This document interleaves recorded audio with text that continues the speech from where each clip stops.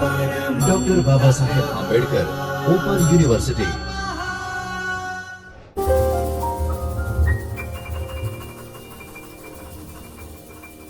Hello dear students, I, Assistant Professor Nilesh Bokhani, welcome you from Chaitanya Studio, Dr. Baba Saheb Ambedkar Open University. Unit 1 of Fundamental of Computer Networking is Introduction to Networking. Here you can see our agenda. Our first agenda is learning objectives. Why we are learning computer networking? So first objective is understand basic concept of data communication and networking. Second objective is identify the components of data communication. Third is explain fundamental of networking model. Then last one is categorize different types of network. And also we will see explain basic functions of networking devices. The second agenda is introduction to networking. So actually computer network is required to send the data from one place to another. Two remote machines can communication with each other through a process called networking. The communication means exchange of data with the help of set of protocols and networking devices. Computer network mainly consists of two parts. One is the software and other is the hardware. The software is a stack of computer network protocols. The hardware part is collection of devices such as cable, switch, hub, router, etc. Actually, in simple terms, protocols are a set of rules, right? So those rules are to be followed by each entity of computer network. Any computer networking communication need a sender, a receiver, and a communication medium to transfer signal or data from sender to receiver. Now, what is data communication? When two people talks with each other, they are said to be communicating with each other. They exchange their ideas, their thoughts, opinions, feelings with the help of words of some natural language. Similarly, when two computers exchange the information using some set of rules and networking devices, then the process is said to be data communication. Okay. So the information is presented in form of data. Actually, the data may take various forms such as text, audio, video, images, etc. To have successful data communication, it must satisfy several characteristics. Okay, so let's see what are different types of characteristics. First one is correctness of data communication. Actually, the data must be received correctly by the remote receiver. Putting in simple words, the data which sender has transmitted, receiver must receive the same data bit by bit. There must not be a single bit in error. Okay. For example, we assume that a sender have sent the binary stream 110, then receiver must receive exactly 110. Then the second characteristic is timeliness. Now, data must be received timely. The data are not useful if it arrives out of time, right? So it means that sender and receiver must be synchronized with the order of transmission and receiving. The sender must have sent the whole message in the several units. The receiver must receive the whole message in the same sequence of unit.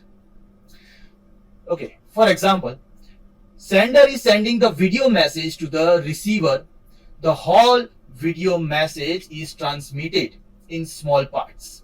Then the receiver can understand the message if all parts of the video message arrives at receiver in the same sequence, right? So this is applicable for audio form of the message too.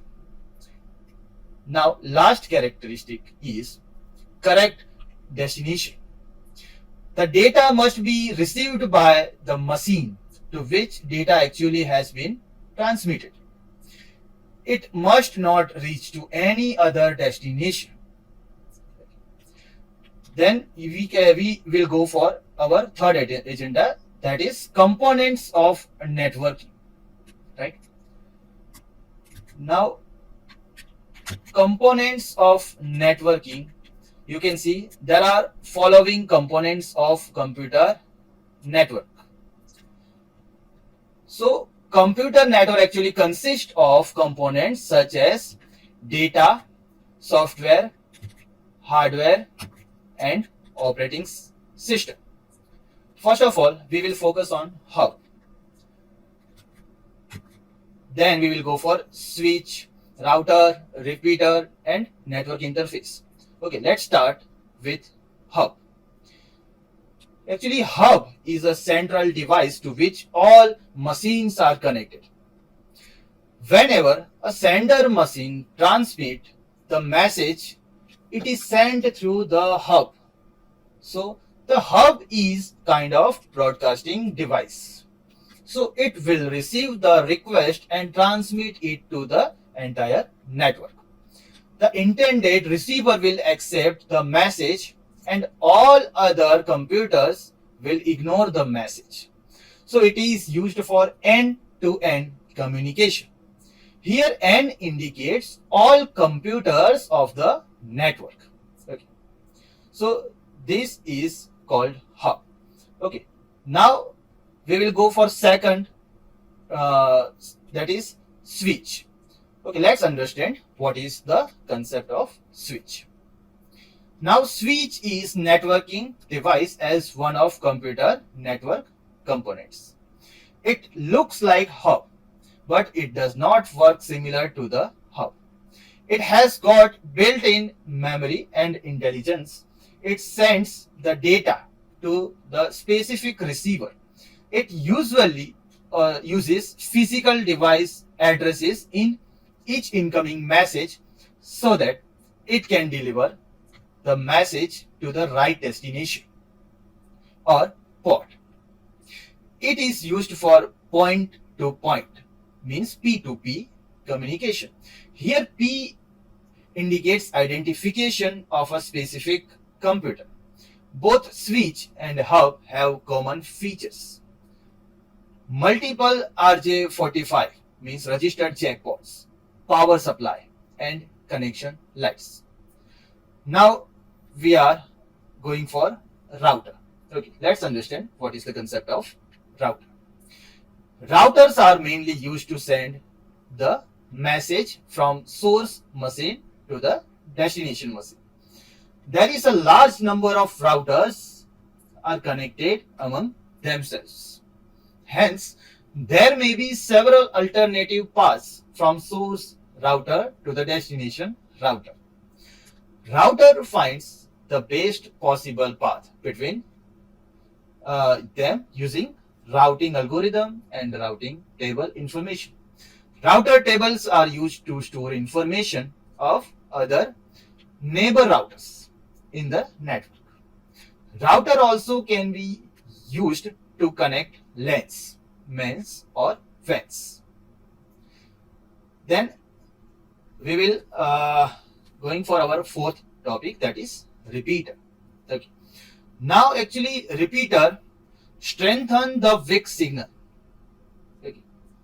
If distance between two directly connected computers is long, then the signal which passes through may get thicker and thicker. So the receiver may not get the correct data as it was transmitted. In this case, a repeater is placed between these two computers. When signal becomes weak, repeater makes it strong such that it reaches to the destination without any difficulty. Now the last uh, is network interface card. Okay, let's understand what is the concept of network interface card. Each computer in a network has a special expansion card called a network interface card. The NIC prepares, formats, and sends data, receives data, and controls data between the computer and network. On transmit side, the NIC passes frames of data on to the physical layer, which transmits the data to the physical layer on the receiver. On the receiver side, the NIC processes bits received from the physical layer and processes message based on its contents. Now you can see we will understand cables in details because it's very important topic. So actually computer network can be established through wires. The wire connects a computer to another computer or to the central device. There may be wireless network or mixture of wire and wireless connections. In wired computer network, different types of cable are being used to carry the signal from one point to another. The form of signal depends upon the type of wire is used. First type is coaxial cable. Coaxial cable is type of electrical cable. It has mainly three layers. The innermost layer is copper wire. Copper wire is surrounded by insulator. As the middle layer, the outer layer is made up of conducting shield. You can see in your diagram. It is primarily used in cable TV companies to connect customers' TV with single receiver. Then we will go for another type, that is twisted pair. A twisted pair cable is a cable made by twisting two separate insulated wires. There are such 4 pairs in cable which is used in network setup. There are types of twisted pair cable. First one is a shielded twisted pair cable. It has a fine wire mesh surrounding the wires to protect the transmission, and a UTP, that is unshielded twisted pair. Then last one is fiber optics cable. A fiber optic cable is made up of glass fibers surrounded by plastic coating. Data are transmitted in form of pulses of light. The fibers are protected from heat, cold, or any other external interference by coating. The speed of data transmission in fiber optics cables is very high compared to coaxial cable and twisted pair cable. On the other side, the initial setup cost and maintenance is also high. Dear students, our next topic is various types of network. Actually, the network can be categorized with respect to several criteria. Some of them are geographical boundary in which the network expanded, type of delivery, mode of communication. We categorize the network based on the size. First is local area network. Actually, the propagation delay is short in a LAN. Then second type is metropolitan area network. In metropolitan area network, there is a moderate propagation delay. And in last, wide area network, there's a long propagation delay. Okay, let's understand in detail the concept of local area network. So local area network connects the networking devices in single office, building, or campus. It mainly spans based on the need of organization. Generally, a network which is formed within few kilometers peripheral can be said as local area network. For instance, for example, in an academic institute, an interconnection among computers can be considered as local area network. Similarly, several computer laboratories are connected to form the local area network. Now, LAN has been designed to share various hardware and software resources. Resources may contain printer, scanner, etc.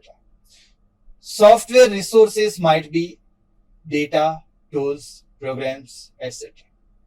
The speed in LAN was 4 to 16 Mbps earlier. Remember, my dear students, the speed in LAN was 4 to 16 Mbps earlier. Nowadays, the speed can be achieved up to 100 to 1000 Mbps. You can see the diagram of LAN on your screen. Private ownership has control over the local area network rather than the public. LAN has a short propagation delay than MAN as well as WAN. Now the computers and other device in LAN might be interconnected via a central device such as switch or hub. So this particular concept you can identify from your diagram. Then our next type of network is wide area network. Actually, wide area network has been designed to transmit the data for the long distance. Wide area network may covers the large geographical area such as a country, a continent, or across the world. The internet of the whole world can be considered as a WAN. A WAN of one country or a continent is connected to the WAN of another country or continent. It forms WAN. Therefore, the internet is connection of all wide area network of all countries or the world. Now, WAN can be wired or wireless, or we can see there are mixture of both. Wide area network is expensive and should or might not be owned by one organization. Satellite medium is used for wide area network. So this is all about wide area network. Now, dear students, we are going for our third type, that is metropolitan area network. So metropolitan area network is the larger than LAN and smaller than WAN in size. Mainly it expands within the boundary of a city or town. The customer can be provided high speed connectivity using MAN. For example, a TV cable operator offers the service at high speed. Similarly, a telephone company provides the networks of digital subscriber line across the city. MAN is expensive and might not be owned by one organization. Different computing models of network. The entire process of communication between two entities seems straightforward. It looks like a single step process, but it takes several steps one after another. Also, these steps are carried out in sequence. For example, the task of sending an email from source to the destination can be divided into several subtasks. Each subtask would be performed by a specific program of software. Again, each subtask provided service to another subtask and also takes service from another subtask. If all subtasks are arranged in some hierarchy, then lowest subtask transforms the binary data digital signal. The process is reserved at the receiving side. It converts the digital signal to the binary to take the subtask from bottom to the top. Now we will understand our first computing model, that is client server network. A computer network in which one centralized powerful computer is called the server. There are several less powerful computers are connected with server called clients. The server owns numerous resources such as printers, scanners, files, videos, etc. The server's primary purpose is to provide services to the clients connected with it. Whenever a client demands for the specific resources, the server locates that resources and provides to the client. There are two settings in the client server network. Remember students, this is called client server network.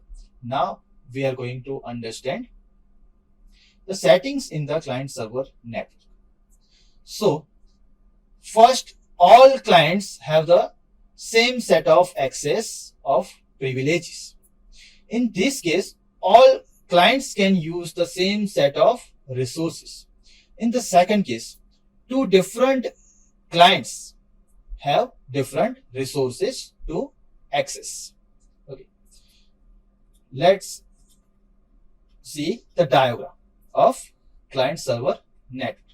Now the main benefit of the client server network setup is that all resources are to be placed on one place. The network administrator can control all the resources from the server only. It becomes easy to control and maintain the whole network. Moreover, software and hardware resources are shared, so it will result in cost-effective environment.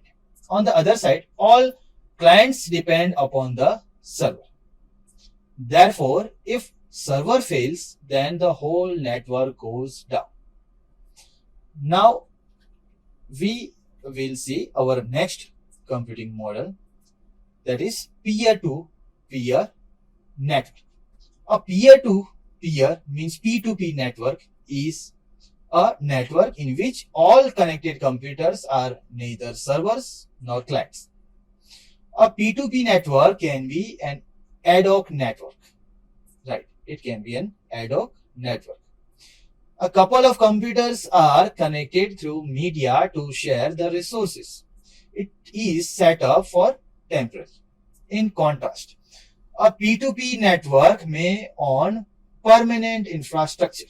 For example, 10 to 12 computers are interconnected in a small office to share the printer. In simple words, it does not require any configuration such as access privileges. Right? Okay. Now, our third type is centralized computer network. Another logical classification of computer networks is centralized computer network model. Here, all resources are placed on one machine only. Moreover, all computing processes are done on a dedicated computer only. For example, if there are 3 documents to be shared among n computers, then all the documents would be stored on a specific computer. A node or a computer needs any resources or set of resources. It demands that from centralized machine. Now there are various characteristics of centralized computer network. First one is homogeneous. Okay. So what is the meaning of this word homogeneous?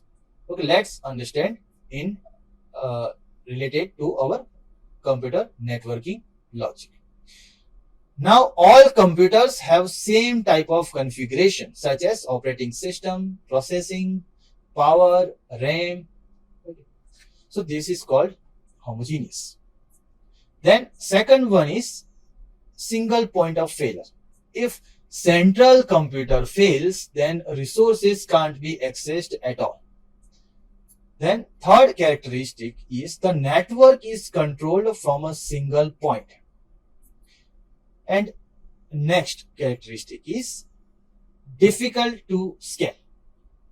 For example, more computers are to be added in the existing network. Then last characteristic is easy administration. Okay. Centralized computer network has the advantage of easy administration. Okay. Now the next is distributed computer network. Let's understand the concept of distributed computer network. In distributed network model, the network resources are placed on more than one computer.